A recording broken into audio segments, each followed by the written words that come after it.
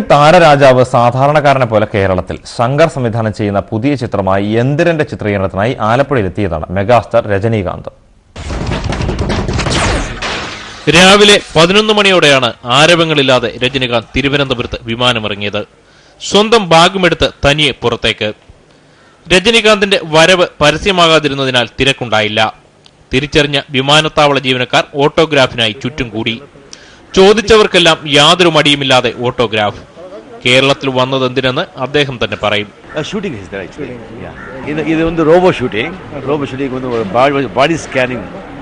For that we have come here just one day actually. Today evening I am leaving. Today evening? Yeah. Kerala is actually a holy place. It's a Shankaracharya birthplace, no? Thank you.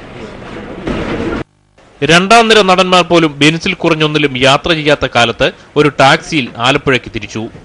കാണാനെത്തിയവർക്കെല്ലാം വിനീതമായ വണക്കം.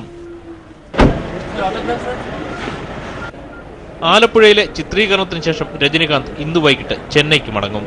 Cameraman Satheesh